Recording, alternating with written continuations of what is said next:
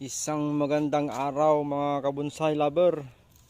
Richard R. Pisura Vlog TV for today. Namimiss kita. Sa'kin ikaw pa rin ang baby ko. Baby ko kahit wala ka na sa piling ko. Piling ko pangakong ipagdarasal pa rin kita. Ang content natin ngayon itong red baliti natin noon na nakuha natin doon sa may puno mga kabonsai. Mayroon na siyang wirings. Medyo malalim na yung wirings niya mga katropa Ayan So ang gagawin natin ngayon dyan mga kabonsai, tatanggalin natin yung mga dahon niya mga kabonsai. Tapos iwawiring natin ulit para matanggal yung nilublob na wire mga katropa Yan. So dito natin nilalagay itong bonsai natin mga katropa Ayan. So ito yung bonsai pot natin mga katropa. Yan Ganyan yung hole niya. Ilalagay natin yan dito. Yan. So hindi siya red baliti mga katropa. Yan Parang down siya ng mangga. Mga karewabits. So ayan. Sana magustuhan nyo itong video. Lagyan na natin doon mga katropa. Samahan nyo ko. Let's go! Ayan mga So andito na tayo mga kabonsai lover. Tanggalin na natin itong pot na plastic.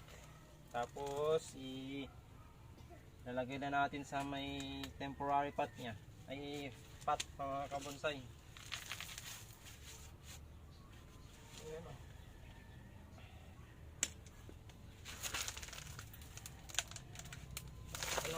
Kabonsai, tatanggalin natin yung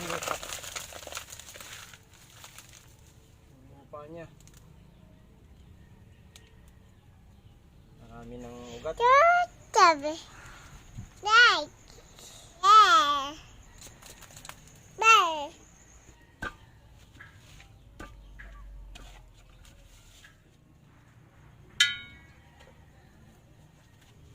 Mga kabonsai lover, tatanggal na natin yung bonsai natin sa may pot nya. So ang gagawin natin dito mga katropa Lagay ko muna dyan. Tapos ito mga katropa, lalagay natin yung dati, tsaka may butas na tatlo. Ayan, so gagawin natin yan dito mga katropa Yan mga katropa para may lagay na natin sa pot nya mga karepapits. Ayan mga kabonsai, na linis ko na tong bonsai materials natin mga kabonsai. Natanggal ko na yung mga ugat nya na malalaki, tsaka naipesto ko na.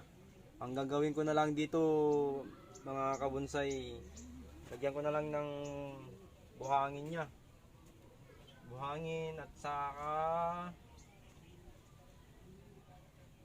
i-olma na natin. Yan naka-olma na mga kabonsai. So samahan nyo ko ulit para ilagyan ko na ng river sand. Yan mga kabonsai lover. So dito tayo sa may bilog nya mga katropa, kasi may siya hindi siya biluhaba mga tropa Ayan. So ganyan. Tapos tatalian ko to mga kabonsai para hindi siya gumalaw. Ayan. So lagyan ko muna siya ng dati niyang buhangin ang aking ilalagay.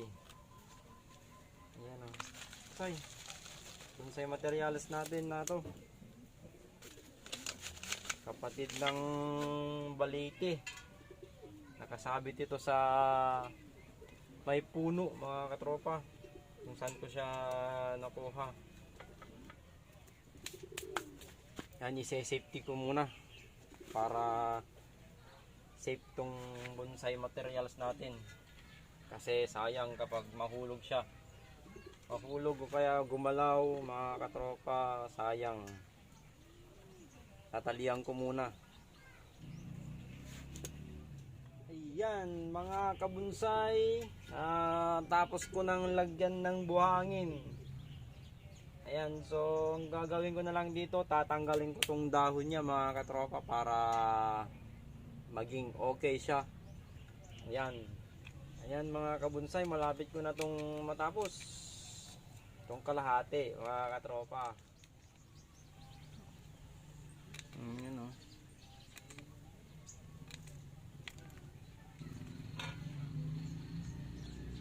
Malapit ko na palang natanggal tong mga dahon niya mga katropa. Itong baliti natin. Hindi naman siya yung baliti na baliti mga katropa. Parang kapatid ng pinsan ng baliti ito. Iba naman yung red baliti mga katropa. Tsaka meron din akong baliti na ewan ko kung baliti yung tawag doon mga katropa, yung kulot. Yan o. Yung kulot-kulot mga katropa. Pero parang baliti rin eh mga katropa eh.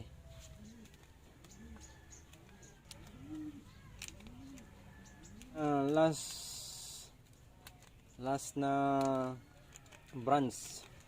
Ayan o. Ayan, kalbo na. So ang gagawin lang natin, tanggalin yung pumailalim na wirings at saka wiringas natin mga tropa. Itong tumubo. Ayan mga tropa, i-wirings muna natin. Ayan mga katropa, kung napapansin nyo, marami pa rin tayo dito na nakataas. Ayan, so yung nakataas na yan, i-wirings muna natin. Pag ganun mga katropa, ayan, so ang gawin muna natin, lagyan muna natin ng wirings. Ayan, sige. Ayan mga katropa, mga kabonsai lover. Natapos na dito mga tropa sa first, second at saka third na branch niya. So dito na tayo sa may bandang dito. At saka so upper branch na lang mga katropa. So abang kita-kits muna mamaya mga katropa. Kasi malakas yung radyo ng mga kapitbahay ko. At saka yung nagmumotor mga katropa, ang lakas-lakas, baka makopyright tayo. Ayan, so mamaya mo ulit.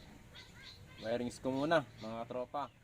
Ayan mga katropa, natapos na natin tong wirings. Ayan, so diligan muna natin mga katropa. Please like and share and don't forget to subscribe my YouTube channel mga idol, Richard Arabisora Vlog TV.